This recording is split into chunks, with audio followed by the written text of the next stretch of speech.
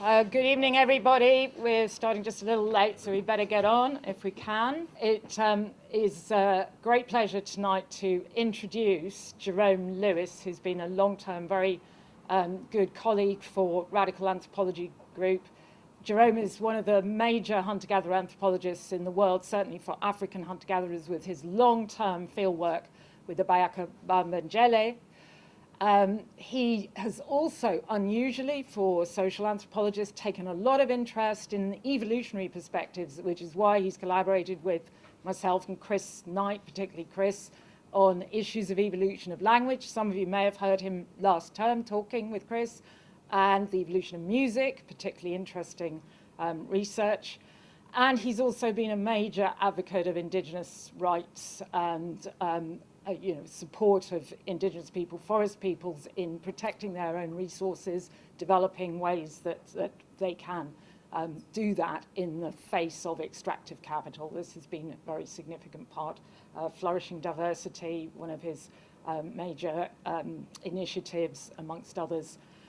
So it's really a great pleasure to introduce Jerome tonight. He's going to talk or brush on BaYaka gender relations, I hope. Is that with Women's Biggest Husband is the Moon is the title, which I hope will be explained. And this is something which really excited radical anthropology to hear about the potency of ekila and, yes, BaYaka gender. So, yes, I'm going to hand over to Jerome now and sneak and see if there's any more people.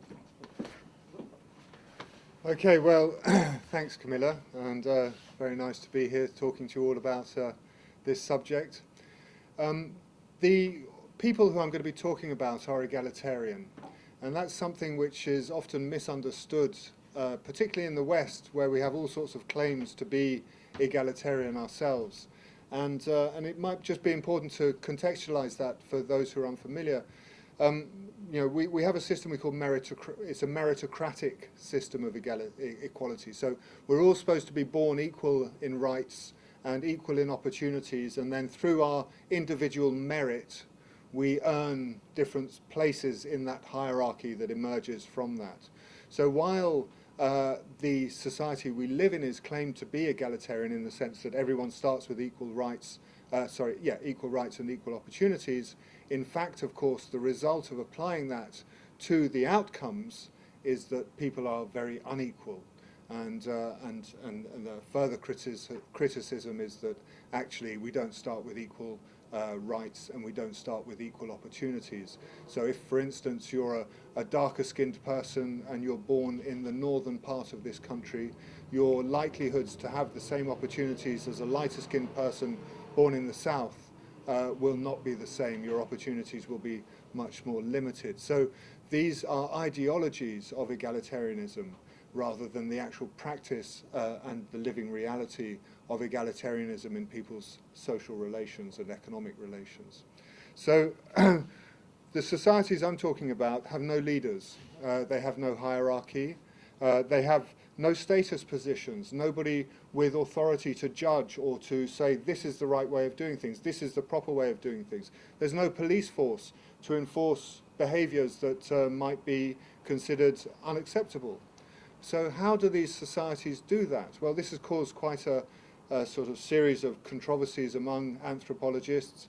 Some anthropologists reject, they think it's a romantic assumption of those people who study these societies to portray them as egalitarian. And to counter that, I think it's pretty clear now that when we look across the world, we find that there are many different anthropologists coming from many different cultures, different languages, different European and other nations, going to study these hunter-gatherers and coming back with very similar stories. And so when we find people coming in different periods and from different places, studying these different groups and coming back with the same stories, I think we have to go beyond claims that this is just romanticism.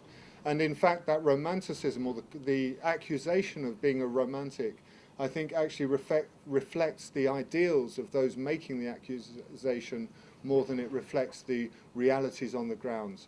Living in these societies isn't easy. It's not something which is just a passive acceptance of each other. in the way we might sort of imagine. It's an active, assertive process of constantly making sure that nobody rises above somebody else, that nobody claims more than others, that nobody tries to assert authority over others. And one of the most striking examples of that is that as soon as a child can walk, they have their own ekila. This is how the BaYaka express it. They have their own ekila and they can do as they like. And as a parent, you have no right to tell your child what to do. You can ask them politely to do something. You can say, please come now, it's supper time. But you have no right to say, come now, it's supper time, eat. And that kind of sort of coerciveness that we're so used to in our own social relationships is something that's entirely unacceptable in this context. You really cannot demand, even from children. And this changes, of course, the relationship between parents and their children. So rather than just get all uppity, as long as your feet are under my table, you do as I say type of thing, you have to be nice. You have to make yourself attractive to your children. Why would your children stay with you if you're being rowing all the time or being really unpleasant with your spouse? What's really going on is that people try and make themselves more and more attractive to one another. And these societies tend to emphasize the highest value is joy. The most important thing to really pursue is joy in your relationships with other people. And so many of the things that they do are motivated by joy. And this, when you have no police force, when you have no coercive powers to force people to do things, the attraction of joy is a really powerful motivator for people to do things.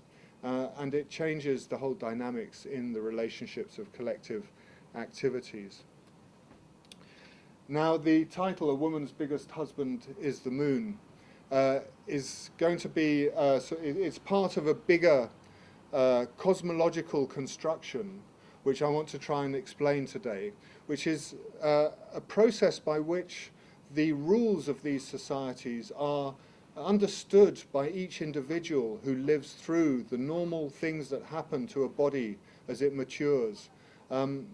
Striking imagery, such as the statement that a woman's biggest husband is the moon, will motivate those people who hear it or who start learning about it to start to wonder, why on earth would somebody say that?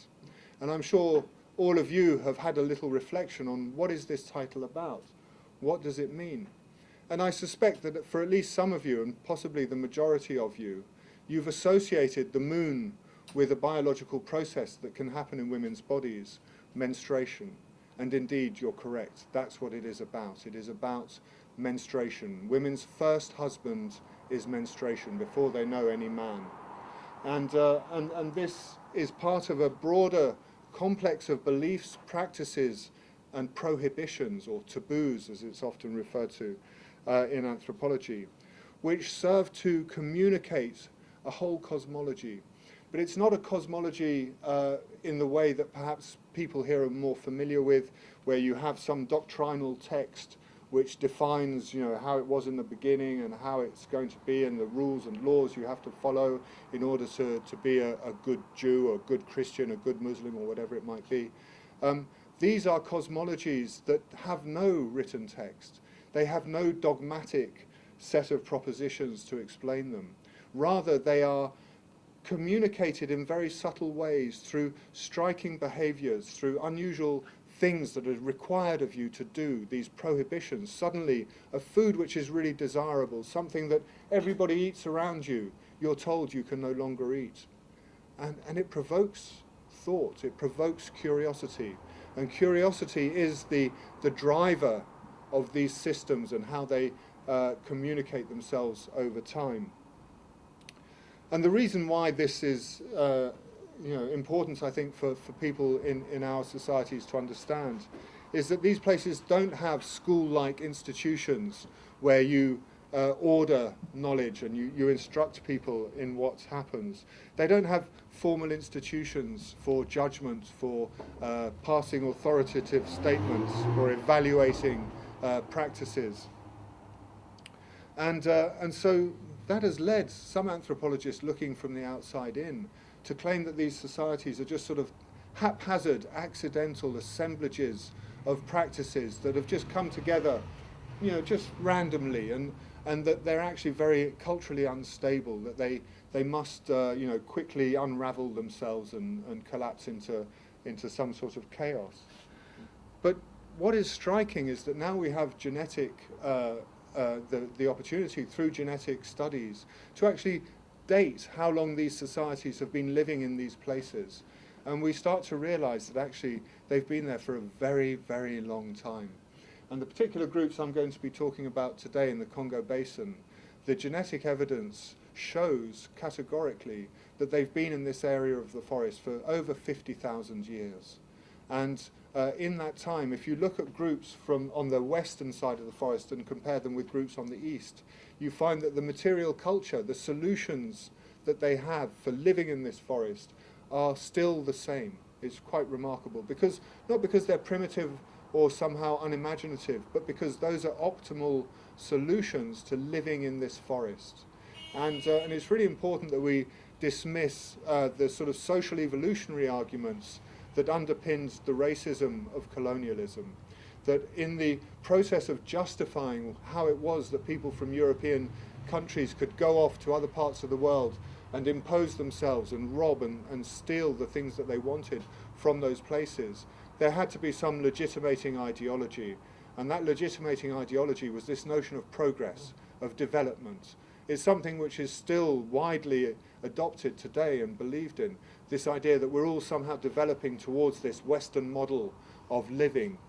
But of course, if you take a broader picture and you look at the state of the planet, you look at the problems we're having with climate change, with biodiversity loss, we suddenly realize that actually this way of living that is promoted as the pinnacle of development, of progress, is actually extremely dangerous, is perhaps even a suicidal movement of humanity towards its own undoing, and something which we should perhaps consider a little bit more carefully rather than promoting it so aggressively and pushing it in all these different international agendas.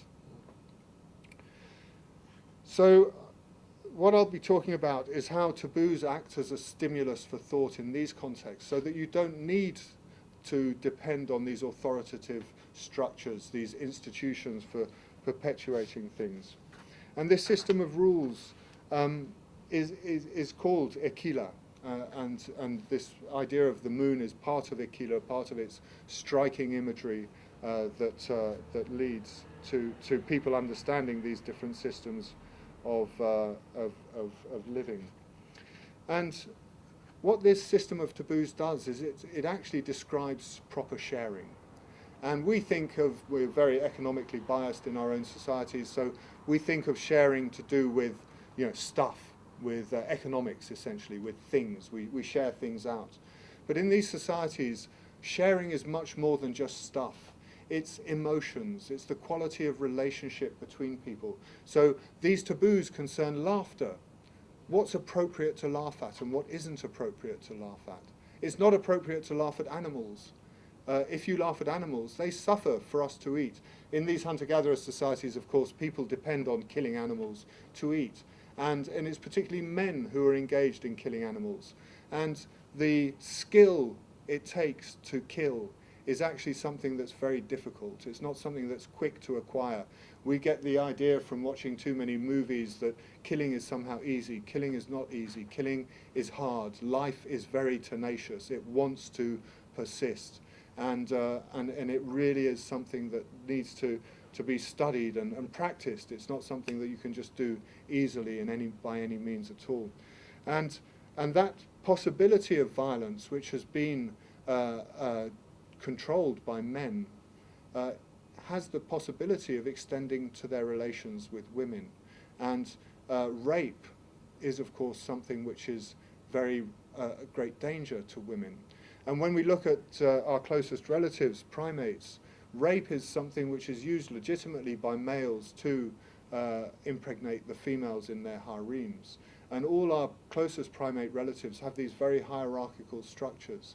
And one of the remarkable features that we learn by studying these hunter-gatherers, and one of the reasons why Chris and Camilla's work is so important, is that we start to appreciate that actually It's through coalitions of women particularly refusing the alpha male's violent advances that we actually turn the head on these very Machiavellian structured societies that our primate relatives have. Chimpanzees, bonobos, gorillas are our closest relatives, and they have extreme violence in their societies linked to the maintenance and the undermining of these hierarchical systems of status between individuals in those societies. So the achievement of egalitarianism is something which liberated the human species to do things that we take for granted now, but are really extraordinary achievements.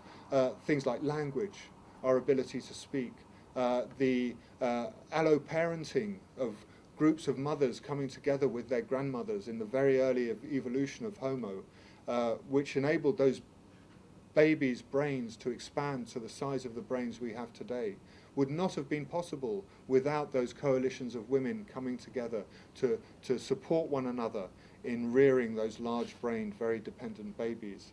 And those coalitions of women were the force which was able to resist the predations of those alpha males. And the echoes of this come up in the structures of these cosmological systems that I'm going to be describing today. And it was an extraordinary achievement. If there really is a revolution, a human revolution, that is it. And it was so extraordinary because it's what liberated those early Homo groups to start to create a normative order, a set of rules that people agreed with. And language, if you think about it, is of course a set of rules that we agree with.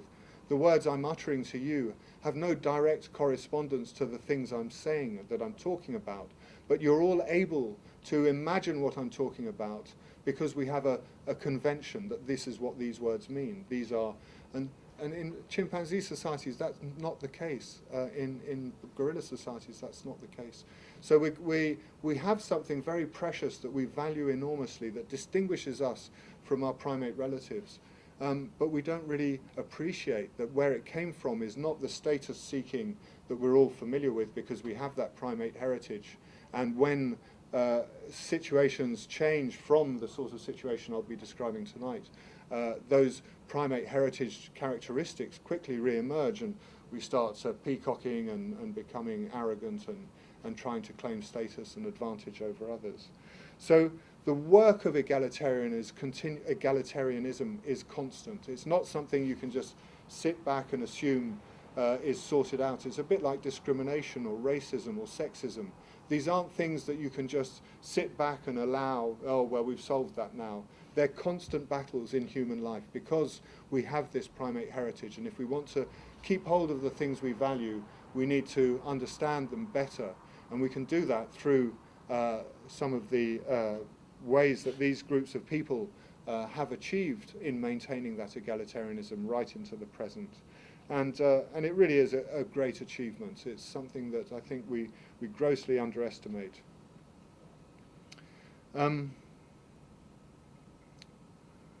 So the achievement of a demand-sharing economy. So these economies are based on sharing, and it's not sharing in the passive sort of way we do it, where I might share with Camilla and I might share with Chris, but I don't share with any of you.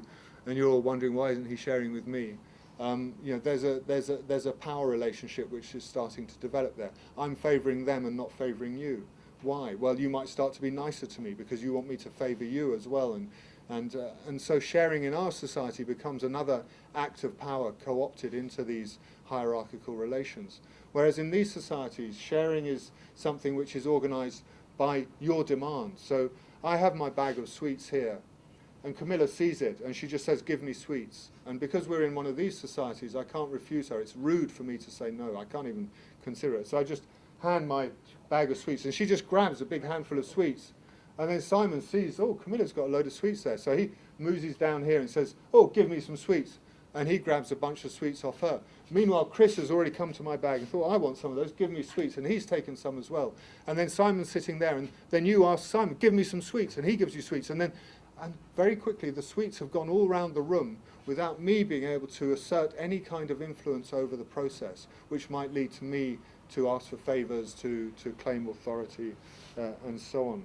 So demand sharing is at the heart of how these societies oblige everyone to remain at roughly the same level. They level down inequalities in accumulation. Those different outcomes that our different skills or merit might result in that could be used to influence other people are undermined by this constant process of sharing. So even though I might be a better hunter than Simon, the fact that I'm hunting often or more successful will not make a difference to me, because as soon as I get back to the camp, Simon will take my meat and share it out with people, and so everybody gets to share without me controlling it.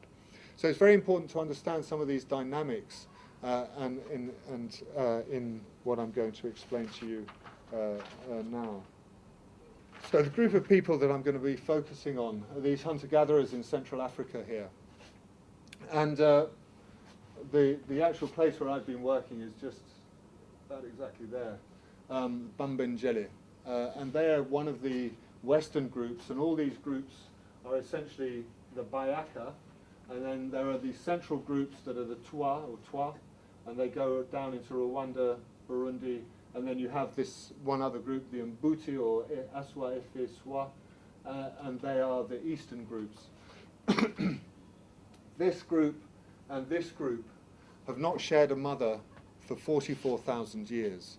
So we know that in spite of them, if you go to an Ife or Mbuti camp, it looks exactly like a BaYaka or Mbendjele camp.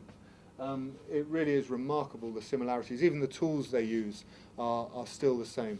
And yet, and still they use, for instance, the word ekila is used by all these groups, even though they speak completely different languages today. BaYaka and Mbendjele people speak a language. If the Mbendjele spoke English, the BaYaka speak Persian. That's how far away these languages are, even though they share the same material culture and solutions for living, and this principle ekila, which I'm going to be talking about. On this side of the forest, the Mbuti call ekila ekeri, and ekeri, R and L, if you do linguistics and you study language shifts, are two consonants that will often slide one into the other. And so it's pretty much the same name, despite this huge distance, time distance between them. They represent, anything between 100 and 900,000 people. Nobody's ever really spent the time to count. I suspect it's probably somewhere round about the middle of that figure, but it's very difficult to know because these regions remain, this area is full of warring militias trying to control the market in certain rare minerals, and this area is very unstable through the migration of people fleeing from these areas because of the appalling situation there into the centre. And now we have conflicts in the Central African Republic, which have led to lots of people fleeing into Cameroon. In northern Cameroon, there's another conflict, and so this whole area is actually very difficult to work in and research in because of those conflicts.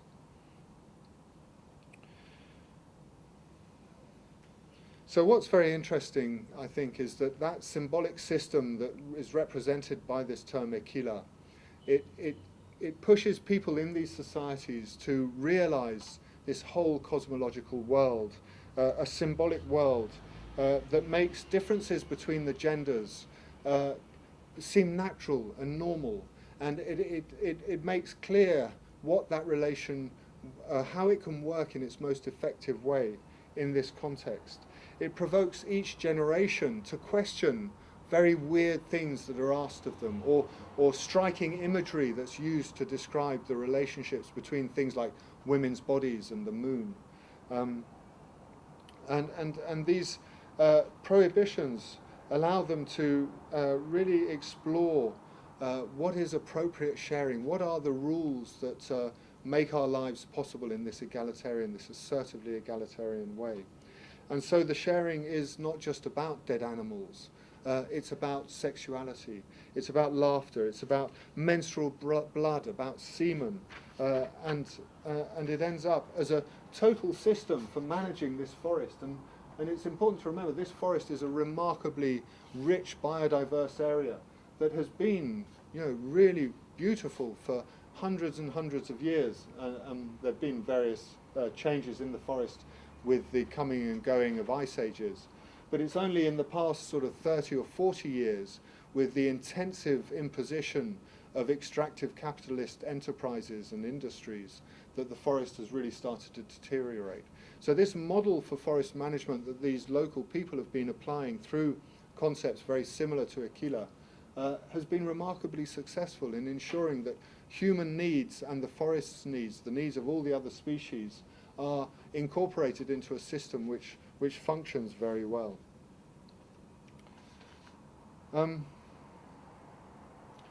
Now, I took a very long time to figure out what ekila was. It wasn't something that just came quickly. I remember sitting in the camp where I was staying, and I saw these men walking out with red marks on their forehead. And I said to the person sitting next to me, I said, why are they walking out with these red marks on their forehead? I said, oh, they're ekila. Then one morning we woke up to find drops of blood in the center of camp on the floor. And people were looking at it. Is that blood or is it ekila? Oh, it's ekila. Okay. And then other strange comments people would make that didn't seem possible to really understand just on face value. And when I asked people more about them, they just insisted, no, that's ekila, that's ekila, that's ekila. And so in my own mind, curiosity was rising. Why are these things called ekila? What links those drops of blood that look like ordinary blood to me? What makes them ekila? Why does that man with the red line, why is he called ekila? And then I'd see hunters hunting, and they talk about their hunting in terms of ekila. They say, my ekila's good, or my ekila's been ruined when they're missing. And again, your curiosity is stimulated.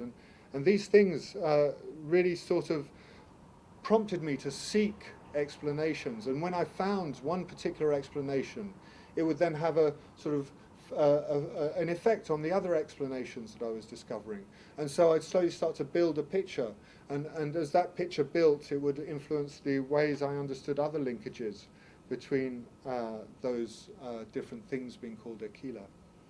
And this made me understand something that an anthropologist called Sandy Robertson described. He calls it the ontogeny of culture. Now, ontogeny is the process by which any developing organism, so if you're a human baby at the age of around 1, you start to really develop the ability to walk. It's something that happens to most 1-year-olds. Around the age of 2, you start to develop the ability to talk. There's an ontogenetic developmental moment in the development, the growth of that organism, which leads to particular things happening, which ensure that organism becomes a competent member of its species. Learning foreign languages is another very common example. So we're very good if we learn a language before the age of about 14 or 15 at speaking like a native speaker. But if we learn it later in life, it's very hard to speak it as a native speaker speaks that language. And I suspect that things like tracking also require a very early engagement if you really want to be as expert as some of my colleagues in the forest are.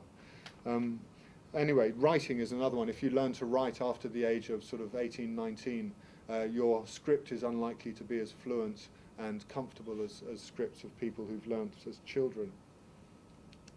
So culture is not learned all at once. But we learn it in pieces, in bits. It's a piecemeal process of accumulation. And different elements come to attention at different points in our lives. And so, as culture comes in these bits, I mean, just think of, for instance, well, just our language, English. I need a dictionary because I don't know the entire vocabulary that is classified as being English vocabulary. My mum's French, but I don't know all the dishes of French cuisine. I have to get a recipe book in order to make some of those meals. So culture is something which is so vast that no single individual can hold it all.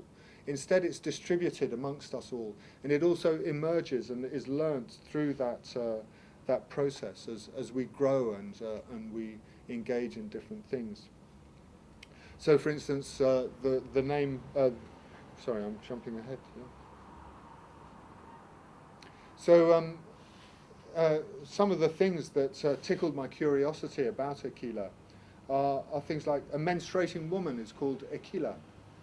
A hunter's luck is his ekila. It's ekila for a pregnant woman to eat blue duiker, it's a small antelope that's very easily caught. It's very common food that everybody eats. It's ekila to eat blue duiker, or she'll have a difficult childbirth. It's ekila to burn ticks on a fire. It makes people go mad if they smell the smoke. If my wife sleeps around, my as a man hunting ekila will be ruined. If I sleep around, her ekila will be ruined, and she'll have difficulties in childbirth, or in our small infants that we're raising will have illness and be unwell. How are all these things connected as ekila? And so that's where this idea of ontogeny comes into being. Different ekila beliefs come into people's lives at different moments. And a very simple analogy is the word father. When I was a very small boy, and I looked at my father and I thought, oh, father. Father had implications of protective figure, perhaps. As I became an adolescent, that image of father, still the same person, of course, the image of father transformed to perhaps a more restraining, a more authoritarian figure that was restraining and preventing me from becoming who it was I thought I was. Then as I aged more and I became a father myself, my understanding of what the word father means expanded and incorporated new elements and aspects. And now as a grandfather, my understanding of father, watching my own son become a father, has changed and developed and expanded as well. And ekila is like that. Ekila does the same process. It begins piecemeal and slowly develops as time passes by.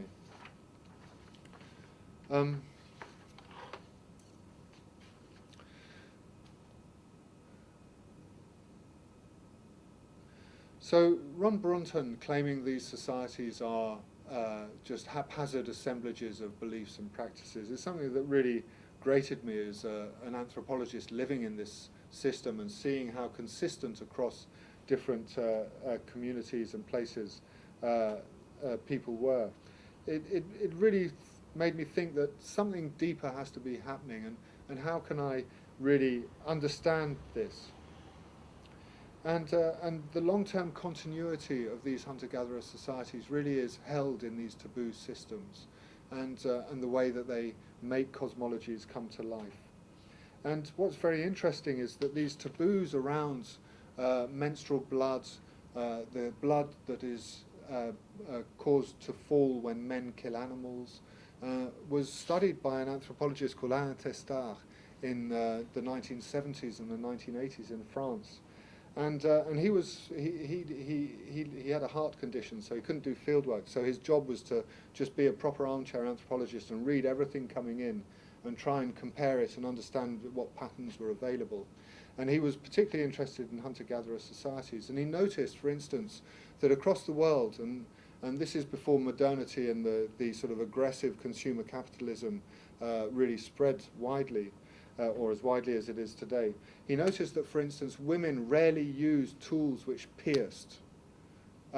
Rather, they would use tools that pounded or sliced, and men would use tools that pierced in their activities.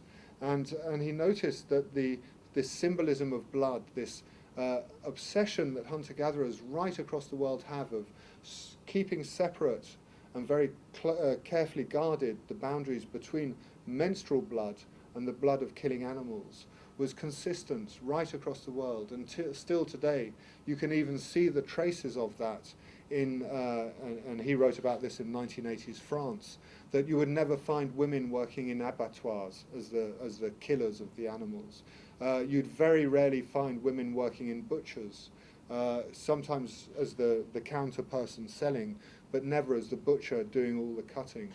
You'd never find women as frontline soldiers in armies, piercing and causing blood to flow.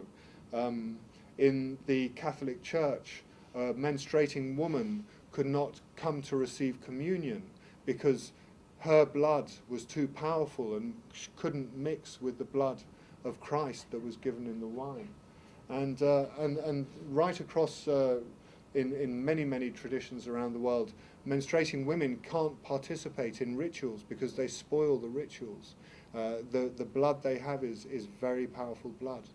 And you know, just as a sign, I mean, if you think of chimpanzees or gorillas, when they come into their most fertile period, they get these swellings around their genitalia, which indicate that they're ripe and ready for sex. But in the human case, human females produce blood at the moment when they are actually not fertile.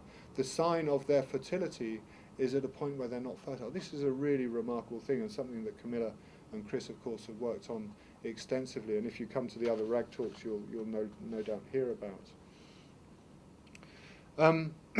So we have this symbolic structure, which is extraordinarily common right across human cultures, but actually I think has its source in these hunter-gatherer peoples. And I think last week you may have heard some of it from Chris, actually, talking about the Australians and the rainbow snake. So the bloody connections mediated by taboo use this very striking symbolism, menstrual blood, animals' blood, the moon, to link childbirth and hunting as the core gendered activities of people, making the sexual division of labour seem natural, seem normal, by defining men and women as different but equal, as autonomous but interdependent, as intention yet cooperative. And these seemingly opposing qualities are very important in understanding how egalitarianism works in practice. It's not something, as I said earlier, which is a passive process. It's an active, assertive process. And part of that dynamics of that assertive process also is in these gendered relations which seem oppositional, that give particular power to each gender, not judging one as higher or lower than the other, but as seeing them as equal but different. And this is very crucial. So Mbendjele live in small forest camps like this, and these are the sorts of material solutions to living in the forest which are consistent across this forest area. They live from wild foods. Men collect honey and meat. Women collect wild yams, other vegetable products, insects, and they fish. Occasionally they have small farms, but they're very poorly kept and not very successful in terms of yield. And that's partly because of this demand sharing. As soon as there's a crop available, all your relatives and friends descend on you and demand shares of your crop, even though they've done nothing to make it there. So it's a big disincentive on farming for these hunter-gatherer people. And it's also important to remember, for these people, domestic animals are taboo. They're considered to be revolting. They consume the leftovers of people, vomit and other excrement. And so they're really taboo. So the forest animals are what are clean. And in a very real sense, these people think of themselves as people of the forest. They have a saying, Mbendjele loves the forest as she loves her own body. And what they're really saying is that because they just eat forest, you start off as a tiny baby and you consume forest products. You eat wild animals, you eat vegetables from the forest. So you are effectively the forest transformed into person. And it's something that's very concrete for people there. It's a very clear thing. We have this food from nowhere, you know, plastic packaging. We've got no idea who grew it, what its story is.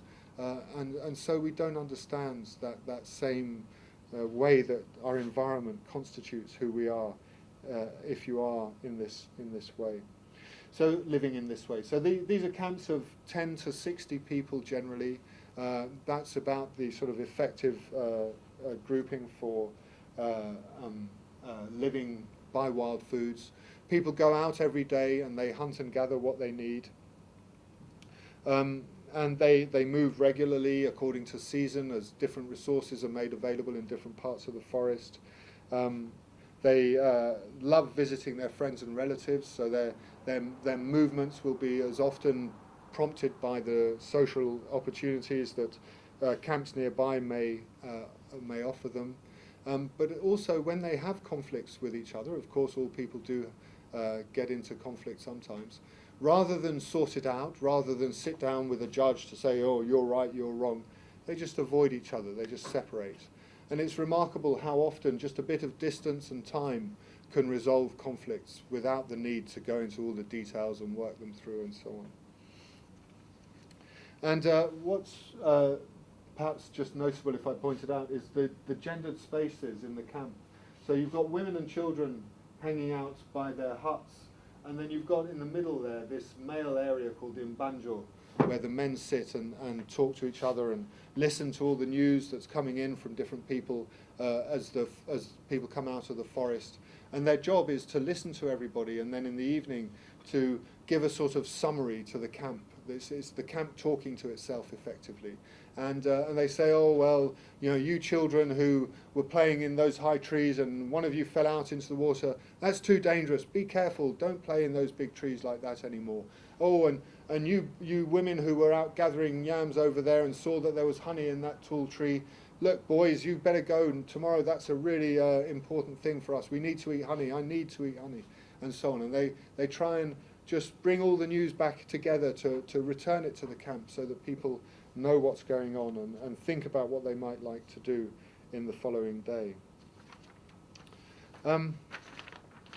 One time a local farmer came into one of the camps I was staying in. He said, it's like two societies. There's one of women and one of men.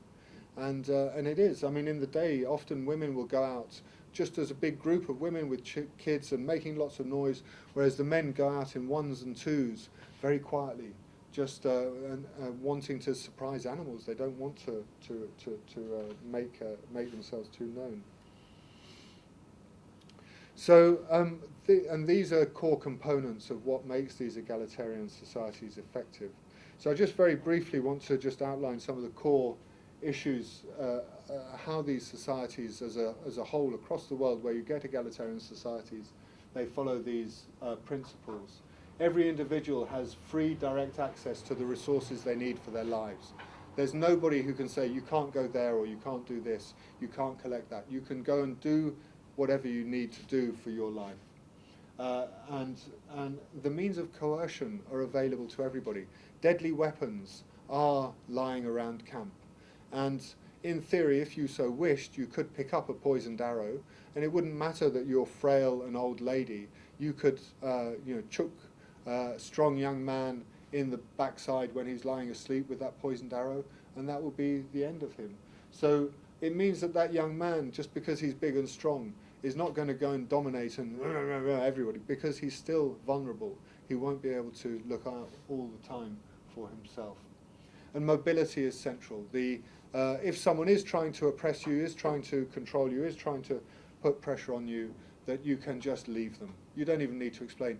In Mbendjele, there's no word for goodbye. Goodbye is considered, it's like you're grabbing somebody and stopping them from leaving. So when someone does go somewhere, you just say, go, and that's the greeting, go, and the polite way of allowing someone. So the freedom to go is really crucial, that mobility. Then these procedures that impose sharing and prevent saving and accumulation, really vital for preventing power to accumulate in the hands of one group, or men, for instance, who have perhaps more brawn than most women. And it allows goods to circulate very quickly, as I described with the sharing of the sweets, without making anybody dependent on anybody else. And these really are key practices that all these egalitarian societies use.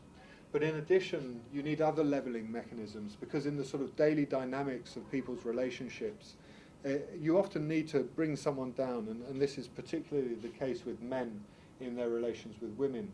So mockery is crucial, and people are merciless in their mockery.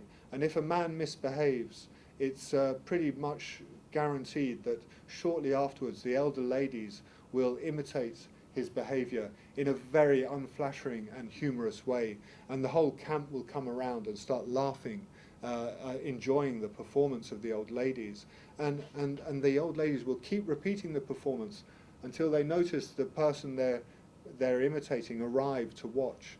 And as it's happened to me, and it happens to everybody at some point, you start and you think, oh, they are funny, and you start laughing, and then you start realizing it's you that's being and you stop laughing. Then you start feeling annoyed, and you start feeling angry, and you start getting all self-justificatory and so on. But then after a certain amount of time, because they persist and they keep going, you realize that actually it is quite funny. I was a fool, and you laugh.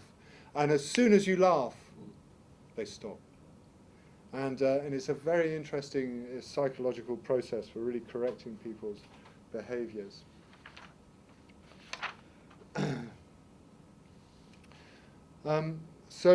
Rough teasing, there's sort of there's a lot of banter going on in these communities, and the lack of dependency. There's nobody you specifically depend on for things. Even if you're this child and you get fed up with your parents' behaviour, you walk to your grandma, you walk to your best mates, you walk to your cousins, you walk to wherever, and you'll find the things you need there as well. So you're not dependent even on your parents for your existence.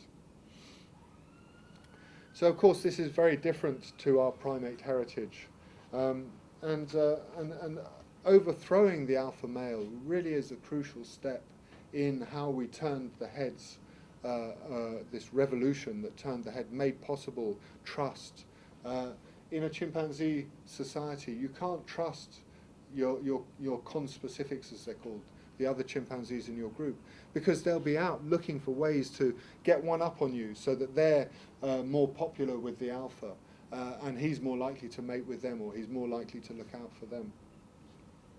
And there's this grey ceiling, this 600 centilitres, which no other primate has, or other primates that have managed to go beyond this grey ceiling being grey matter, of 600 cc, have become extinct. We are the only ones that haven't.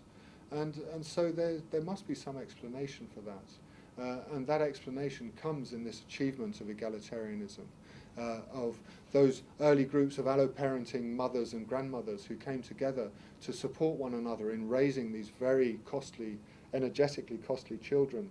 And in that process of being together, started to develop the solidarity that enabled them to eventually resist the violence of the alpha.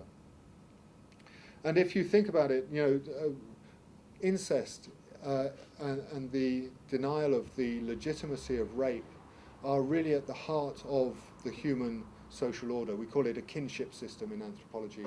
Once you have a kinship system, it is based effectively on outlawing rape as a legitimate source of sexual behavior, as a legitimate sexual behavior. It's also outlawing incest. And these are things which in our primates' relative societies are not outlawed, and it will happen if women, young females, do not leave the group of their alpha male parents. They may find that that parent will start to rape them as well.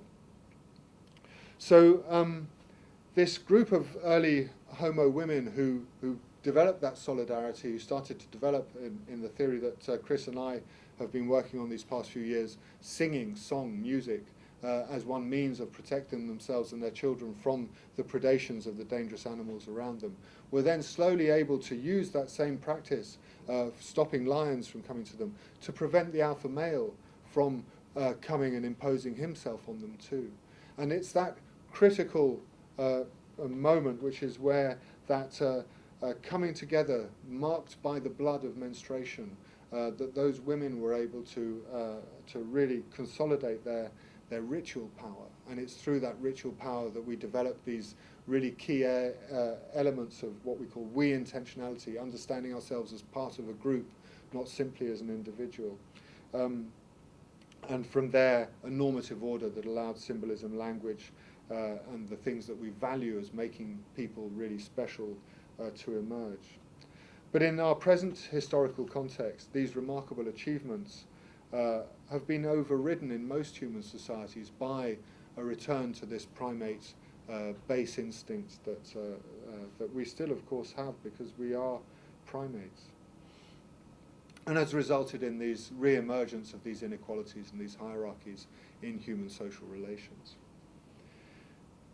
And in today's context, the remaining egalitarian societies are under extreme pressure to adopt the ways of the hierarchical modern consumer capitalist practices. Just the business of sending kids to school turns them into children or young adults who want employment, who want to become consumers, part of that capitalist consumer system. It's remarkably powerful as a process of inculcation. But here what I'm talking about is a process of inculcation which does something quite different, which is what inculcates egalitarianism. Egalitarian societies have great difficulty in resisting the depredations and the pressure put on them by hierarchically organized societies, precisely because they have no leadership roles. So what will happen, often say a logging company arrives in a hunter-gatherer area and they demand a leader. They want to see one of these come out from the community who they can bargain with, who they can make all sorts of manipulations, machinations, ply them with beer and booze and women and then say, right, well, we want this. And then they say, okay, you can have that. And thumbprint is often what happens, but sign a piece of paper, create a contract that allows whatever it is the outsider wants to do. But within their own society, that leader has no legitimacy. And I've seen, people in Cameroon, there was a oil pipeline being built across some hunter-gatherers' territory, and some Dutch NGOs primed a guy one of the local hunter-gatherer guys, to come and speak at the World Bank, to say this was terrible, to speak at a whole range of different UN bodies to explain how damaging this oil pipeline was to be to his people in his forest. And he did it with incredible dedication and eloquence, really expressed himself and the reasons very well. But when he returned to Cameroon, to his community, they looked at him and said, you've just been in all these places, why haven't you got lots of stuff to give us? And the Dutch NGO had been, this is all about the politics, and so you can't get a wage, you can't get money, and so he'd come back with hardly anything. And it was impossible for him to respond to all the demands that people were making. So he did something which is very typical in these situations, is you spend what little money you have on something that's very easy to share. So he spent it on alcohol, and he very quickly shared it with everybody. And he got himself blind drunk for several weeks. And in that process, so humiliated himself that it was clear to everybody that he wasn't pretending to be a leader. He was just this piece of shit lying in the side of the road. And the Dutch NGO person who'd promoted his tour and everything came back to see him after a couple of weeks and just found him lying in the side of the road, drunk as anything, and just thought, and got furious with him and started to blame him for, what have you done? You're just losing all your legitimacy and so on. But of course, that's all he could do if he wanted to live in that community anymore. And after he'd done that, he returned to his normal life. But he had to go through that process of really leveling himself down in order to be accepted again. So it's very difficult for us, coming from these hierarchically organized societies, to understand how the dynamics of these places work. But what's very interesting is that when the hunter-gatherers look at the outside and they look at their farmer neighbors, they call them guerrillas. They say, you are guerrillas. That's literally Ibobo, the name for them. And they're more often referred to as Ibobo than they are Bilo, which is the other name for them, which means the uninitiated. One time I was camping with a friend of mine in Mika in the forest, just the two of us. We went on a hunting trip. And as our smoke of our little fire started to drift, there was a group of guerrillas we hadn't realized who were staying very close by. And the silverback started to hear us, and he started to bark. And sort of they do this funny sort of barking. And my friend in Mika could hear it, and he thought, I know what that silverback's saying. He's saying to us, piss off, this is our area. And Mika was furious, and he started shouting at the silverback, how dare you, and using all sorts of obscenities to refer to it. How dare you tell us to go, this forest is for everyone. You don't have more of a right than we do. We're here and we're going to stay, and if you want to come here and have a fight about it, well, let's see who wins. Come on then. And really getting angry with this. Silverback, and he wasn't just fooling around. He wasn't doing it for my amusement. He was genuinely being assertively egalitarian, and you need to assert your equality. You don't just sit passively by as people try and usurp your rights, your basic fundamental rights. And the reason why they call their neighbours gorillas is because just like that gorilla being very concerned about his private property, so too are the farmers. We're walking along in the forest, we tread on a little stick, and suddenly you go, and this silverback comes charging out, terrifying the life out of you. And it's the same when a young hunter-gatherer is just walking through a farm to get somewhere, and then the farmer happens to be there. He picks up a big stick. Oh, you thief, you've come to steal my crops, and chases him out just like the gorilla. And it's this obsession with private property which they recognise as being at the heart of that, and something which is not acceptable for these hunter-gatherers. From their point of view, as Mika was saying to the silverback, the creator of the world created all things for all creatures to share, and that's how the creator expected things to be done. And so sharing really is the key practice. And here is sorry, it's not very well illuminated, but there's a man here who's been cutting up. You can just see the skin of a wild boar that this man over here has hunted. And Makongo, he's come back after his hunts, and it's really dramatic business hunting. It's not easy like you imagine you see in movies or whatever with these high-powered rifles. It's a mortal combat. You chase that. He's been tracking that pig probably for hours, and he finally manages to get into an encounter with the pig, and then he has to enter this battle to the death with the pig. And the pig's not going to give up his life easily. He's going to fight for it. So Makongo has to be really skillful to do that. And then he has to pick up this 60 kg or 70 kgs of meat and carry it all the way back to camp. After all that effort and exertion, it's a huge business to undertake. And as he gets back to camp, the children will all be shouting, "Ngale, Ngale!" Oh, meat has come. And so Mbatiti, the man you can't quite see there, he hears the kids, "Ooh!" And so he goes off and he sees Makongo arriving with his pig, and he takes the pig from Makongo and he butchers it. And he butchers it just there in front of the Mbanjo where the men are sitting, that central place I showed you on the map, and in the photo. And Makongo doesn't say a word, and nobody even asks him about the hunt. They just are concerned with the pig. And this sort of lack of boastfulness is crucial to the hunter's behavior. And if he boasts, it will ruin his ekila. It will cause him to be unlucky in future hunting. And if the meat that he's brought back isn't shared equally among all present, it will also ruin his ekila. And so he sits there, not to boast and say, "Oh, this is my meat," but just to make sure that it's properly shared out so that his ekila, his future hunting luck, remains intact. And Tato, who's an elder, he's sitting there and he's pointing to the different parts of joints of meat. And he knows that in that hut over there, well, they're very elderly. They haven't got many teeth left. So let's give them this soft part. Oh, in that part over there, they've got lots of children. So this bit that's a bit bigger, give it to them. And so the meat is going around and it's being shared around the whole community. And this is an interesting piece of research, which is just a very nice Japanese researcher, Ayako Sekino. She plotted and watched every single movement of plates, of dishes of food that mums cooking food at their hearths sent around the village, the camp, sorry. So you've got the meat comes in, it's shared by the men among everybody, then the women cook the meat and they start sending plates out. And these plates are going all over the place. And Ayako did some very careful analysis to see if this is reciprocal, and she found that in over 70% of the cases, there's no reciprocation. It's just, "Oh, I'd like to share you a plate of food. Perhaps you had a nice conversation today, so you share a plate of food today together."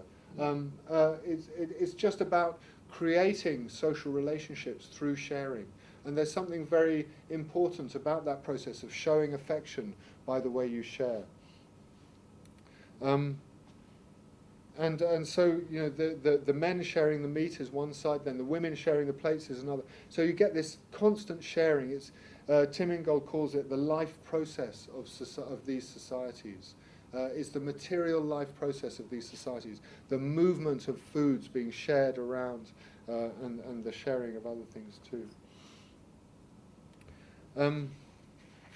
What you can see in this map she did, this is just from one day, one evening, March the 17th, 2020. And you know, she's looked at meals with meat and fish in it, meals just containing plant-based foods, and they're going all over the camp. And you can see how here the Mbendjele is getting sent meals. And the reason that's getting sent meals is because these sorts of places are the lean-tos that young men who aren't yet married will stay in. And because they're not married, they don't have wives that can come and give them food. So although you can see that the people in these huts neighbouring them have been giving them a bit of food, they'll normally be spending their time at the Mbendjele. And those meals that come to the Mbendjele, elders like me would just take a few mouthfuls politely to taste out of interest, but we really leave the main part for these, young men who don't have food. And so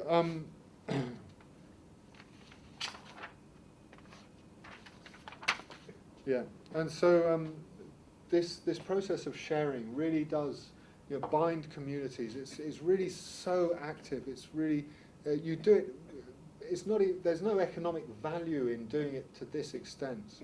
It's just nice to create that convivial, joyful atmosphere in camp of tasting different foods, of enjoying the way Camilla cooks, the way so-and-so cooks, and just as a nice thing to do. It's a way of building that joyful atmosphere that's so crucial to the way they understand the good life.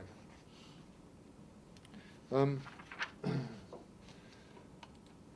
it's important that, you know, to people argue, people get into disputes, people hide stuff.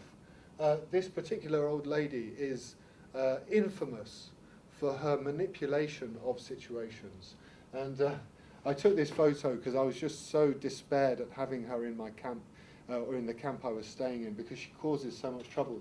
I don't think you can quite see, but both the kids here are really so upset by the vitriol that's emerging from this woman's mouth as she accuses other people of not sharing, yet herself is a terrible hoarder who will have stashed all sorts of things in her hut. These people exist in these societies too, but that's why it's so important that there are other mechanisms present to undermine their behaviours. And the widows, as I mentioned before, are crucially important in this, by imitating the bad behaviours in a very humorous way, forcing whoever did the bad thing to laugh at themselves and so then be re-accepted back into the community. And this gives women really important political power in the community. They are the ones who set the standards for the ethical and moral behaviours that people, how they conduct themselves. And it's vital in dealing with these difficult individuals that those women are able to do it. If men try and do what these elder women do, it causes fights. When elder women do it, it somehow becomes more acceptable. So it's something that really is in the hands of women and is the most powerful form of social control. Now, this gender division of labour, this gendered placement of people in camps is all linked back to the origin of the myths of origin of this society, of this group. And in the myth of origin, the creator is not sort of this omni-powerful God in the way that patriarchal religions often teach. He's a trickster, he's a scoundrel. He does amazingly powerful, wonderful things, but he also does really stupid stuff. And there are lots and lots of stories about these different things. And so when Kumba created the world, he created the forest, and he put women in one part of the forest and he put men in the other part, and he didn't tell them about each other. And the women, they fished and they collected wild yams and they collected other forest foods. And the men, they hunted and they collected wild yams, and that was their way. So what's very interesting about the myth is that it re-emphasizes the autonomy of the gender group. So women do not depend on men. Women like meat, so they do like men, but they don't depend on men. Men don't depend on women. Men love sex, but they don't depend on women. In the mythical origins, they copulated with these large, hard forest fruits that have a sort of milky white stuff inside them. And the women, they danced to Jengi, the spirit that you saw in that first slide that the men are walking next to. As they danced to Jengi, babies would fall out of the cloth of the raffia. and so that's how the women continued. Now, if you ask a man what this story is, he'll tell you a story where the men are the main protagonists in the tale. If you ask a woman about this story, she will present a story in which women are the main protagonists. But the story is essentially the same. One day, and as I'm a man, I'll just tell you the male version. One day, the elder male, Tuli, decided he'd go elephant hunting far away from the camp. And as he walked up riverheads and riverheads and riverheads, you always follow riverheads because they give you the best chance of walking on firm land in this very marshy forest. He suddenly saw, as he was crossing over one of these rivers, a little finger of yam floating down the river, and he knew that only people wash yams before they eat them. No gorillas or chimpanzees do. So there must be people up there. And he went up and he saw, looking through the bushes, these women dancing a jengi. And he thought, what sort of people are these? They're beautiful. And he went in amongst them and they made love, and he thought, this is wonderful. I must go and tell my friends back at camp. And he raced back to camp and he told the other men, oh, I found these amazing people called women. They're all over in this other part of the forest. And they said, you're a liar. Be quiet, you old man. And he said, no, I promise you, let's go tomorrow. I'll take you there. And they had just collected lots of honey. He said, wrap up your honey in these leaf parcels. Let's go and we'll find the women. And they climbed up through the riverheads. They got back to the place where the women were. And indeed, there were the women dancing a jengi. And the men used a technique they use for pig hunting when they encircle an area of forest, and each waits with his spear. And when the pigs come into that area of forest, one of the men attacks the herd of pigs, causing the other pigs to scatter, and they come to the spears of each of the men. And in this case, of course, they had their honey, and they encircled the women. And then Tuli, the old man, he went in and he saw Biponga, the woman, the elder, he fancied, and he beat her over the head with the honey sack. And the honey sack opened and started to run down her face. And all the other women screamed and they started running off in every single direction. And of course, a man was waiting, poof, hitting her with the honey. And she would run for her life. Who are these people? But then, as she tasted the honey, maybe they're not so bad after all, and slowed down a bit. And then, of course, each man found himself a woman, and they made love, and this was just, beautiful. And so the men made a very public demonstration of throwing away their mapumbe. And they said to the women, look, we're throwing away our mapumbe. We just want you from now on. And one of the men said, oh, I want 2 of these. And I want 3. But the old woman, Biponga, said, no, 1 woman, 1 penis. That is the rule. And and even today, when the young girls are initiated after their first menstruation to Yele, the song they sing as they come out of the initiation, all dressed in flowers, looking very beautiful, is 1 woman, 1 penis, hey, 1 woman, 1 penis, hey. And so by telling you this myth, what I'm trying to explain is how the key elements of that mythical time are still present in the way people interact today. By singing that song as those young initiates come out of the sacred space where they've been initiated, they remind the whole community of the power of these stories. These stories come to life. They become effectively members of that archaic community of women who were so powerful. By doing things together, by remaining separated, the cosmology is coming to life. You live within it. It's not something that's this abstract story that just lives outside you in some musty place. It's something which is really helps you make sense of your world, of how you are in the world. And this constant undermining of one another is also critical for the way assertive egalitarianism works. So the women, in their telling of the myth, undermine the authority of the men. The men, in their telling of the myth, undermine the authority of the women.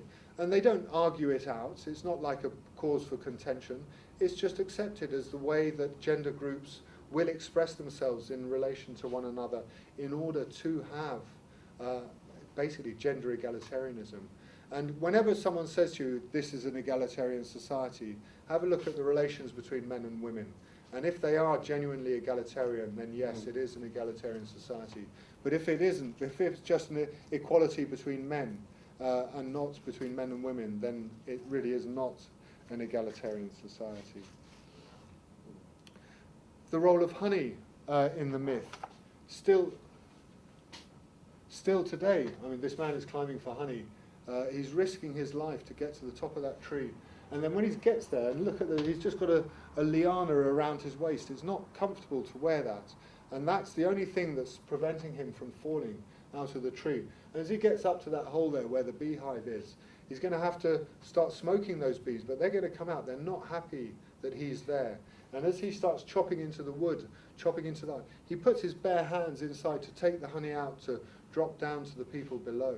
And those bees will sting him, and it's you see these young lads coming down, and they've got big fat lips and half closed eyes because they've been stung in so many places, and they're just smiling, and all this honey is dribbling down their face, and everybody else is really happy around. There's a sort of stoicism to this, but it goes back to the creation myth. If that young man wants to show a woman that he really loves her and he wants to become her husband, he gives her a parcel of honey.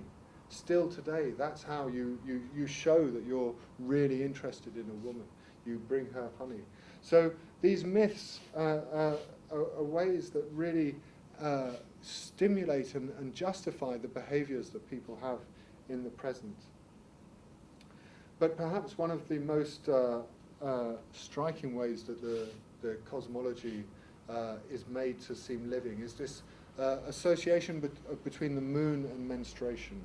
And it is the key difference between men and women. Women's first or biggest husband is the moon. It doesn't matter that you're the man who's the husband. Her first affiliation is to the moon. And this menstruation is ekila. It's referred to by this generic term. And all these things that are called ekila actually connect back into this cosmological system by slowly unraveling the different things that explain why they are connected in this way. You start to become much more informed of your, as a Mbendjele person, your cosmology, your cultural identity. And this, so what I'm going to do, I'm just going to read you a quote a friend of mine tried in trying to explain to me what ekila was, so you start to get a better sense of it. So he said, ekila is the same as mobeku. That's the name of the medicine Komba sent women when women put in the moon when they menstruate. The business of ekila was first with them.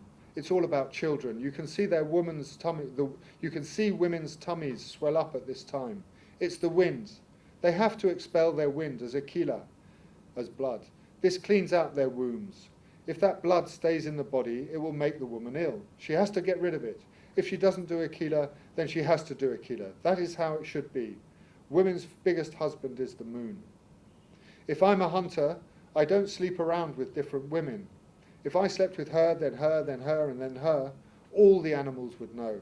They'd smell my smell and know, that hunter has ruined his own ekila. Some will come with great anger and attack me. Others, I'll shoot at them, but they won't die, and I'll be surprised. When you shoot at an antelope from close range and it doesn't die, we call this ekila. So I then ask him, does a good hunter have strong ekila? And he answers, If someone's hunting is good, they won't say his ekila is strong. They'll say he hasn't ruined his ekila. Even a great hunter who sleeps around with women all over the place will ruin his hunting. We call a man who's ruined his hunting with women matena. So I ask, why do you call all this ekila? And he answers, we BaYaka call all this ekila because our fathers called it that. This whole business comes from our forebears. Women's blood is one thing, men killing animals is another. Komba made it like this. When women put in the moon, it's mobeku, it is ekila. Men's ekila is just nose bleeding. Men's ekila is all about hunting. The hunter's meat is ekila. If someone else eats your hunter's meat, then your hunting is ruined.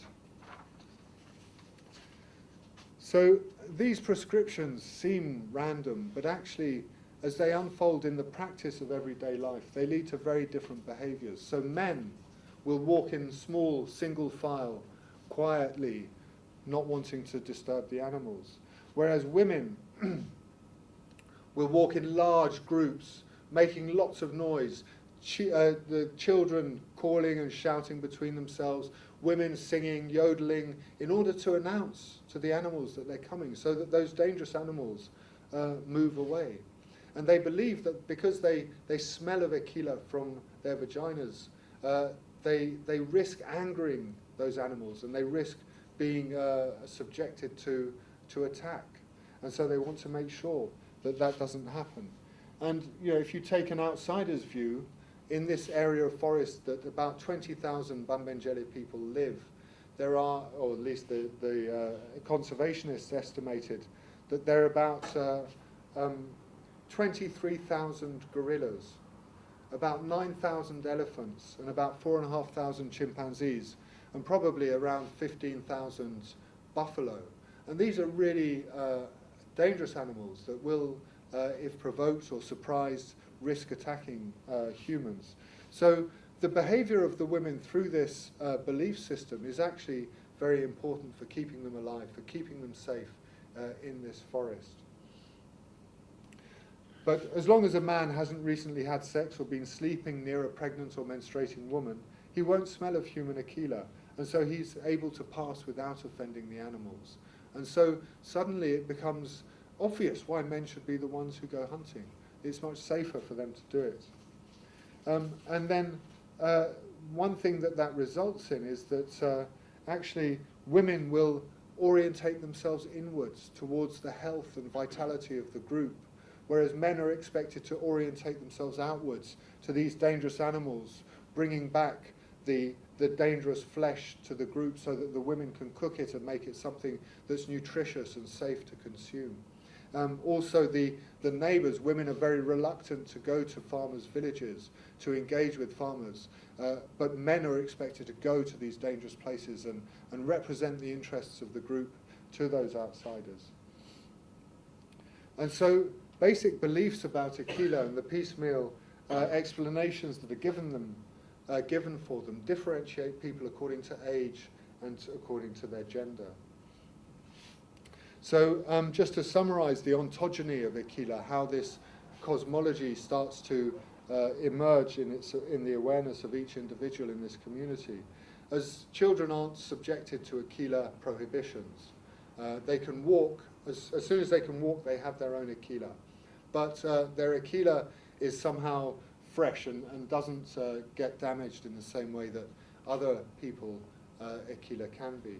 So ekila animals, for instance, a blue duiker, it may be a ekila for the mother to eat it, but she'll still prepare it and serve it to her children. And her children will be puzzled, they're very attentive to food. And they'll say, why is mother eating this and I'm not? Why is mother not eating this and I am? And yet she's made all this effort to cook it. It starts to provoke an interest in ekila, even in very young children. It's then when, as an adolescent, if you're a boy and you start accompanying hunters out on the hunt, and you hear them talking about ekila in relation to hunting and hunting luck or hunting bad luck, as you hear them sharing out the meat and talking about ekila, you start to be primed that this is something interesting. Why are they talking about ekila so much? Or if you're a young woman and you start to menstruate, Your mother takes you aside. Suddenly your brothers are told not to go hunting. Your father is told not to leave. Everyone sleeps in the same hut. And the camp can't move. If you had plans, the camp had planned to move, it can't move that day. And your mother will take you and she'll explain to you that you need to treat that blood with care. It's very powerful blood. And there are certain nasty spirits in the forest who like blood. And they like this sort of blood the most because it is the most powerful blood. And so you don't just throw your blood away into the river or wash it away. You have to collect it in this special spongy bark that one of the trees produces. You put that in your loincloth. You collect that blood, and when you want to change it, you take it to the undergrowth, really thick, dense undergrowth, and you put it inside that undergrowth so that those spirits can come and find it, and they won't bother and hurt and annoy people back in camp. But all these actions and activities will start to make you understand more and more as you grow the importance of ekila. And it's really with marriage that the whole system comes together. And as now all of a sudden as a married couple, you're bound together. Your behaviors affect one another. If, as I was explaining, if you sleep around, you affect the ekila of your partner. Suddenly you are connected in a different way. And one of the reasons, well, maybe what I'll do, I'll give you it in Fatah's words. So I was puzzled by this. Why is it that sleeping around should affect hunting or childbirth or these activities? And Fatah, he explained it to me further. This is where I sleep, all alone, just me, without any women, by myself on this mat. I don't sleep with my wife anymore because of ekila. My ekila is big, very big. He's a big elephant hunter. I kill elephants. Bam! Old men, Kombeti like me, don't screw women anymore because of ekila. That's how the fathers advised us to look after our ekila. Ekila is something only for one person. If you mix your ekila around with lots of people, then if you're a man, your hunting is ruined. A woman will have problems in childbirth, and her infants will get weak and ill. Children who can walk can do as they like. They have their own ekila. After your wife has given birth, it's ekila to have sex with her until the child can walk. Otherwise, you can kill that child. So I ask him, do women have ekila? Women have ekila too. A woman's ekila is the moon. When a woman is ekila, menstruating, her husband takes her smell. So he doesn't go hunting or walking in the forest with friends. Animals flee when they smell a woman's mobeku, her ekila. The animals smell her on him. If a strong animal like a gorilla or an elephant or a buffalo or leopards smell it, they'll come, even from far away, charging towards him in a rage, passing other people, just to get to him. So implicit to his explanation is the opposition between animals and human reproduction. Unlike the narratives given in many other, particularly northern hunting cultures, where they say the animals give themselves up to people, here animals resist. They're not willing to just be easily killed. And when I tell my Mbendjele friends about those northern hunters who say that the animals give themselves to them, they say, no, you've got to be smart. If you ask an animal to give it to you, it'll just run away. You won't get anything to eat. You've got to be fierce. You've really got to, and in fact they call it, we are in conflict with animals. It is a conflict, a bita, this relationship we have with animals of hunting them. And so suddenly when you understand that, you realize why animals get so angered by the smell of human fertility, the smell of human reproduction. That's why it's so offensive to these big, dangerous animals. A man whose wife is pregnant should not go hunting, and Kabilo, another friend of mine, explained. Children come out of men, the liquid of men. A child is only sperm. You put your sperm into the body of a woman. You do this every day, until her moon is dead. Who saw her moon? So she asks you, her husband, where's the moon? He didn't come up this month. We men cut the moon from women, he says with a laugh. If your wife puts in the moon, you, her husband, must cut her moon. If you do this, a child will start growing in her womb. Their big secret is making children from our sperm. Our work is to give body to the child, the woman's to give birth to it.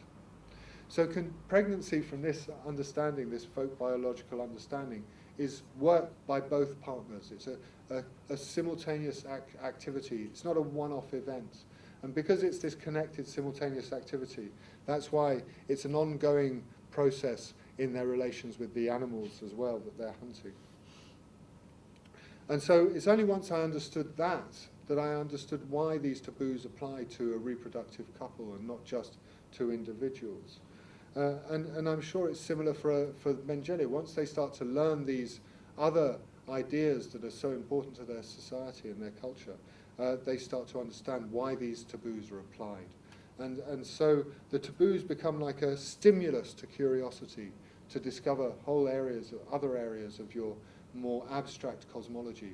So without teachers, without institutions to impose and teach people things, their own curiosity is prompting them to discover them for themselves.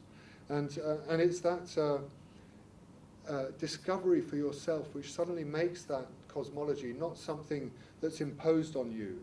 It's something that you take with a sort of pride as your own, because you've discovered it, you've figured it out, you've made those connections.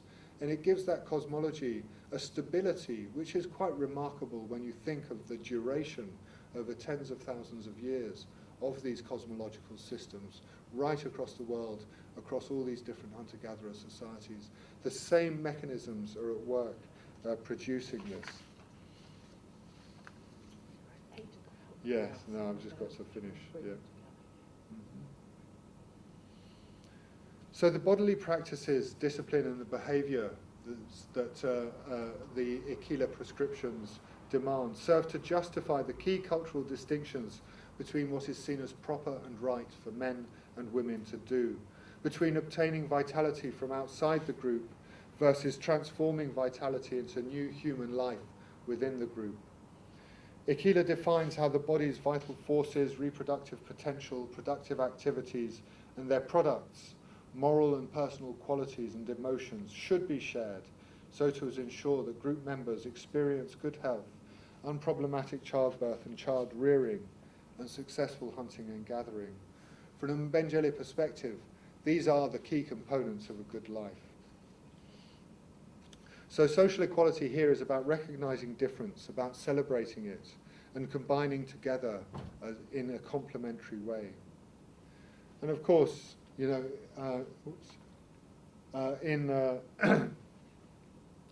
there's no a priori reason to attribute higher status or to judge one to be better than the other when we look at people. Gender equality, like social equality more broadly, is not about sameness. It's about recognizing difference, but not attributing higher or lower status to one side or the other. Following rules that reflect the equal valuation and interconnectedness of gender, our joint endeavour to continue the human lineage symbolically focuses on menstruation across cultures and across ages.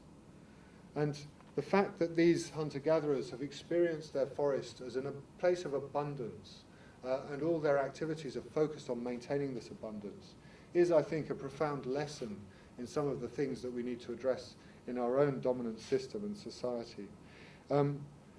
This ekila system regulating behaviours between the genders and how people relate to the animals and the forest around them has resulted in this forest being a place of abundance for the entirety of their cultural memory.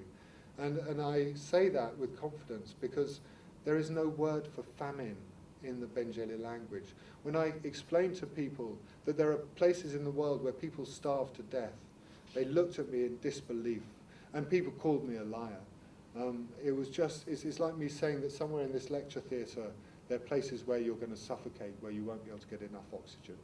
You just think, silly Billy. You know, the depth, the efficacy, the success of these cosmological systems based around the moon, based around menstruation, is remarkable and is a really great achievement that I think deserves much greater recognition. All right, well, I'll stop there because, but thank you.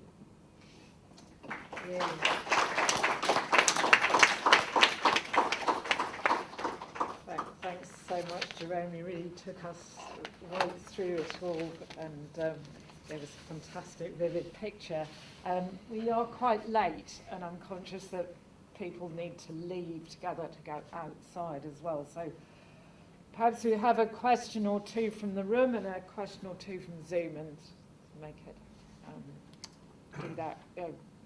Chris, is there anybody else apart from Chris? Or let's go with Chris and then you at the back. Okay. Just to connect up On Zoom, is it Fusser's statement, woman's biggest husband is the moon, and what you started with was just, why are these men going hunting and why have they got these red paint on their foreheads? It's just that when I heard you telling me about woman's biggest husband is the moon, I had an image of your informant having a sort of sense of humour and as a kind of element of rivalry between a man and the alternative husband, as if there's a bit of a conflict there. Because I remember you saying, my wife's pregnant now, as if he's got one over on the moon, she's not going to be bleeding anymore. And so it's somehow, am I right there that there's this idea that there's a rivalry between the moon and the moon husband and the earthly husband, as a kind of joking relationship? There is rivalry, and it is used as a source of humour and jokes. I mean, the practice of the red smear is, again, there's a whole ideology of smells I didn't really have time to explain. But when a man has made his wife pregnant, he's cheated the moon, and this causes certain spirits, the ones who like that blood, those nasty spirits that like menstrual blood above all other blood. The spirits are evident, connected with the moon, aren't they? The sort of moon spirits in some way, is that right? Well, people don't like to talk about those spirits, so I don't really know what the ins and outs are.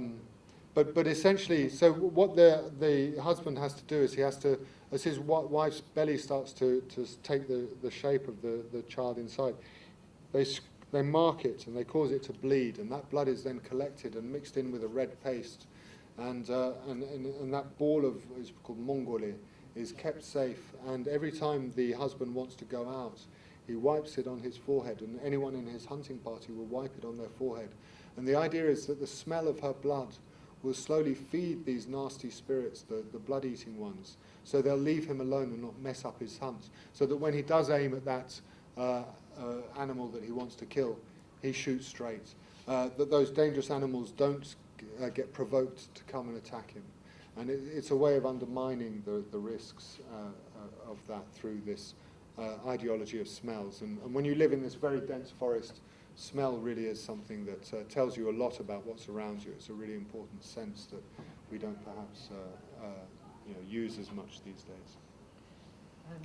There was, okay, we have the room behind and then you, those two questions, and I'm going to see if there's anyone on Zoom.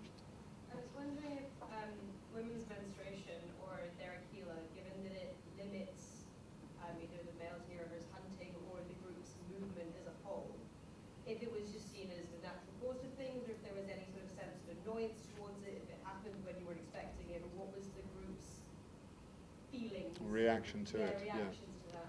So, can you just repeat for Zoom to say just what the question there? So the question is about how the group responds to the restrictions that a menstruating woman imposes on everybody. You know, is it seen as something that is a problem, is getting in the way, and I want to go and do my thing? And no, people are very clear. It's a good thing. Menstruation, as he said in the quote I read, menstruation has to happen. If she doesn't menstruate, she has to menstruate. And it's seen as really important. It is the source of life. It is the symbol par excellence of a woman's fertility. And if women aren't fertile, there's no more life. It's over. So it's really something valued, and it's not seen as polluting in the way that it is in many patriarchal cultures. It's seen as empowering, and so those kinds of restrictions, well, it's all right. We can just stay here a few more days, and it's not a big deal.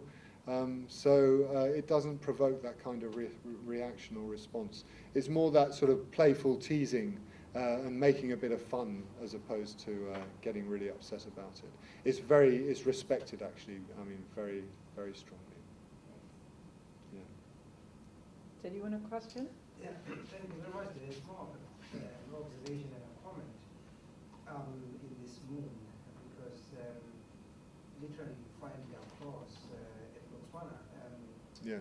We say a woman has been jumped or they jumped the moon, you know, and it's whether she's menstruating or not, and that's the definition. Okay. If you're a boy looking for a girl, you know where she is, over the moon or under the moon and all these things. And there are also the kind of the myths, which is quite interesting, all these things we were talking about, where we could not go to that forest because of this and that. But I can tell you right now, with the lithium thing that destroy mountains there, mountains that we grew up knowing that they're secret, we can't go there. Yeah. Now, as we are talking, they are harvesting them, they are open, and that thing that we grew up, whether it holds or it doesn't hold anymore. So it's quite a, or how they have to survive in those. They say there are more flights to DRC, yet not to the airport. It's somewhere else in there, you know what I mean? So it's quite interesting how those things now today and the modern things that people aspire to, you know, how things maybe get lost or issues. I mean, I could go on, but issues of having menstruation pads now, people don't have sanitary towels. You know, and this, what do we say, the back, you know, and the reference to it, maybe. Yeah, well, thank you. I mean, it's very nice to have a confirmation that, you know, just how widespread these beliefs are. It really is extraordinary how structuring they are of the human division of labour, the gender division of labour. And yeah, I mean, once everything loses its sacredness, we lose something quite precious, and we're starting to realise that in modern society. You know, how are we addressing climate change? You know, we just had this COP completely swallowed up by the petrol industry. Big oil is now in charge of the discussions about how we stop pumping oil into the atmosphere. And abated oil and gas, I don't know if any of you know what that means. What it basically means is we can carry on burning fossil fuels just as long as somewhere else we are preserving the environment, the carbon stocks. And so hundreds of thousands of indigenous and local communities in Kenya, in Zambia, in a whole bunch of different African countries are being kicked off their land so that those forests can remain intact, and the UAE, the United Arab Emirates, can continue pumping oil because they have abated their carbon. I mean, these sorts happened with the Okyek in Kenya exactly. just now. Just now. It's just been happening, this carbon credit scam. It is a big scam, and yeah, it's going to be the same with all this lithium mining. We're already discovering the mess it's making in so many different countries, and it's all about us carrying on our lifestyles without any real discomfort. And the discomforts are all being exported to countries and other countries and other places. And it really is very tragic. But this system of sharing that ekila has set in motion really does define how things should be shared properly. And right now we don't have any structural system that does that for us. And the result is this sort of chaotic situation of everything getting out of balance and the terrible consequences for human lives that results in. So there is a profound depth to this, which I think we have lost and to great risk and peril for ourselves. Thank you. Thanks. I've just got one on, we've got a couple more questions on Zoom, maybe you can cover these. Mark is asking about what happens with researchers coming into camp with lots and lots of possessions and stuff and not sharing, and what happens about that. All right. And then somebody says, what happens if women want to hunt and men cook? Or if All so right, it's let me go about one work. at a time. Do one at a time, but this is going to be the last because we've got to wind up. Okay. Okay, so first one is stuff. So stuff. I have a student who's currently doing his research in the forest, and every few days I get he has one of these text phones that you can send texts from the middle of nowhere, a satellite text phone. And oh, what am I going to do? I've got no food left. I've had to give it all away. All my research money's finished. And it is, just constant demands. And I say to him, look, you arrive with a big sack of rice and a big sack of fufu, powdered cassava, manioc. And so people think, yes. And they just constantly hunt you, harass you, and will demand it. And it's incessant, and it drives him nuts. He can't get on with his research. He can't do anything because and he's just exhausted. And so I have to send him long explanations of, well, try this, try that. And he's been there 3 months. It's really not. So anyway, it is very intense. It's very difficult to deal with, and each researcher has to find their particular balance, and it's not easy. And the best thing to do is basically give away all your stuff, and then you start on a much more even keel, and that makes things easier. So what about men who want to cook and women who want to hunt? Well, there's no problem at all. People are very open to doing each other. There's no, if a man starts, say, weaving a basket, which is a typically feminine behavior, there's no problem. People are like, yeah, he's a good husband, he's helping his wife. In these societies, men spend more time with their small infants and children than men do in any other society that anthropologists have studied. If a woman wants to hunt, and women of course will, if they are walking in the forest and a little duiker runs out in front of them, they're not going to just let it run past. They'll do their very best to kill it. But the way they kill it is what matters. So they won't pierce it so its blood flows.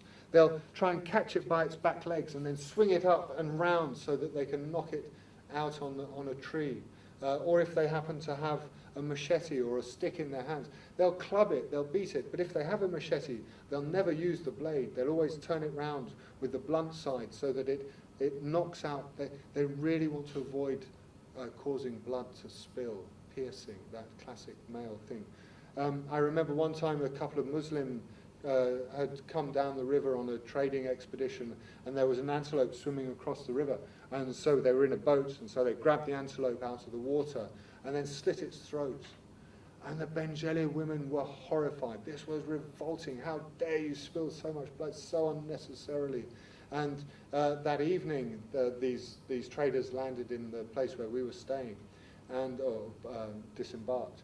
And they wanted to share the meat, and the women just refused. We're not cooking anything. We're not having anything to do with that meat. It's just horrible. So while there is no problem of men or women doing each other's jobs, they have to. They try and do it in a way which is characteristic of their gender, which follows these ekila principles. Were they women who were cutting the throat of the No, it was 2 Muslim men who were doing trade up and down the river. But men are allowed to shed blood. Yeah, but it was just the amount of blood they'd shed was, it was just so revolting. It was just too over male, over manness. It was just, Okay, so, yeah. I think we're going to, because of the difficulties of getting everybody safe out of the building, we're going to need to wind up. But can we just say thank you so much, Jerome, for that wonderful talk and examination of BaYaka gender and gender egalitarianism and its sophistication, how it works. For next week, for everybody on Zoom and for everybody here, if you're interested to fight your way back again, we have more on the BaYaka from Denise Salali, who's talking about BaYaka hunter-gatherer childhoods and global perspectives on child development. And she's just published some very interesting papers on, particularly relating to multiple caregiving for very young BaYaka children. So she's trying to generate a broad perspective from that on raising tomorrow. What can we say about childcare in the future out of that? So that will be a wonderful talk next week, and we'll learn a lot more. We'll learn about BaYaka children particularly. Great. So thank you so much, Jerome. So I'm going to say goodbye to everybody on Zoom, and thank you very much for coming here, for joining. Goodbye, everybody. And